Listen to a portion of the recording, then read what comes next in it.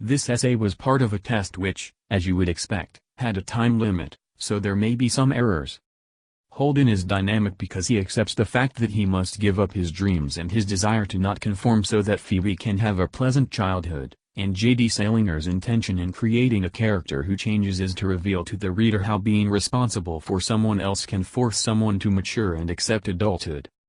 Holden starts off his journey with no desire to conform and no consideration for the consequences of his actions.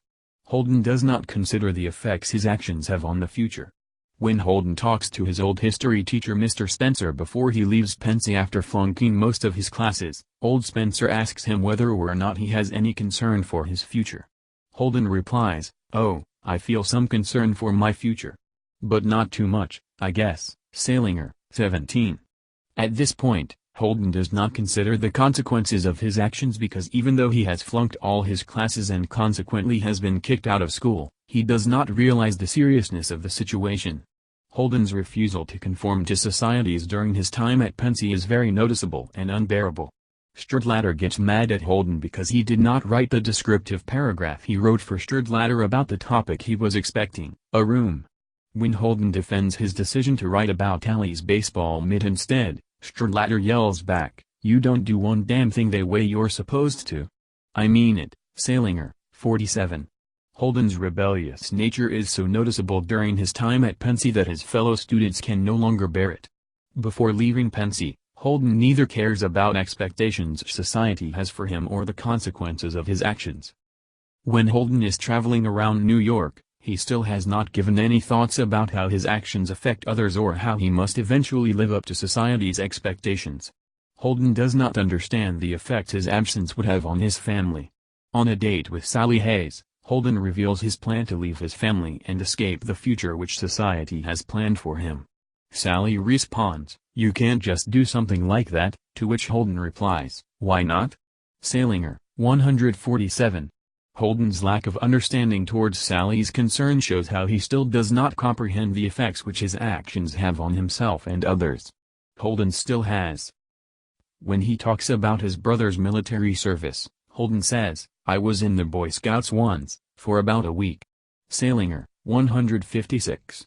Holden quitting the Boy Scouts demonstrates his hostility towards conformity because the Boy Scouts are an organization which values brotherhood, discipline, and obedience, three things which Holden is strongly opposed to. Holden's hostility towards conformity and his lack of understanding towards the consequences of his actions are still present during his time in New York. Holden starts to change once he realizes how important he is to Phoebe and how important Phoebe is to him. The fear of losing his with Phoebe is what drives him to start to change. When Holden is drunk and is checking the pond for the ducks, he drops Phoebe's record. It broke into about 50 pieces.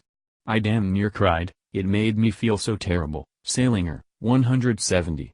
Holden slowly begins to realize the danger he is putting himself in by living the way he has been so far when he realizes that his relationship with his sister could wind up shattered just like the record as a direct result of his rebellious lifestyle. Holden starts to understand that there are consequences to his actions, but he still does not take them seriously.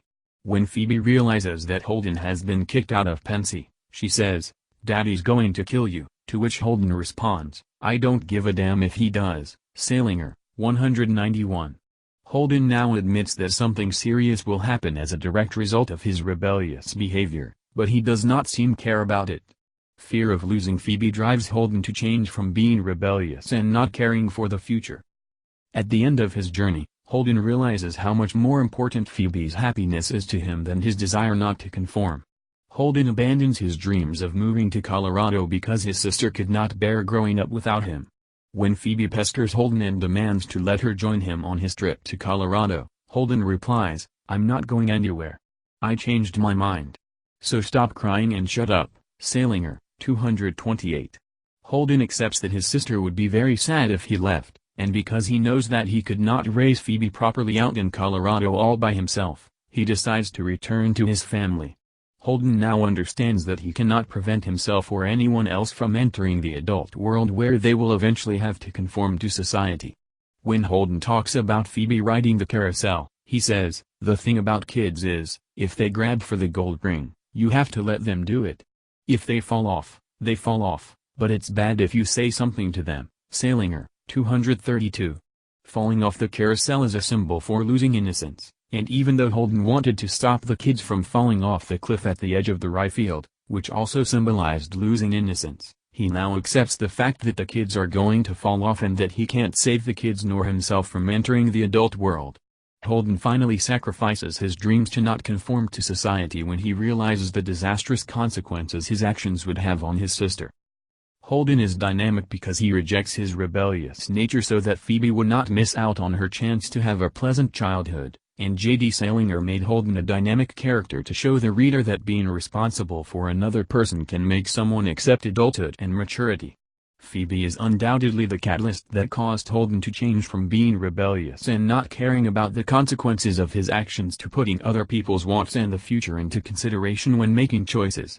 J.D. Salinger probably did this to explain how conforming to society's expectations does not necessarily need to be done for the sake of pleasing society, but could be done for the sake of protecting the people you love.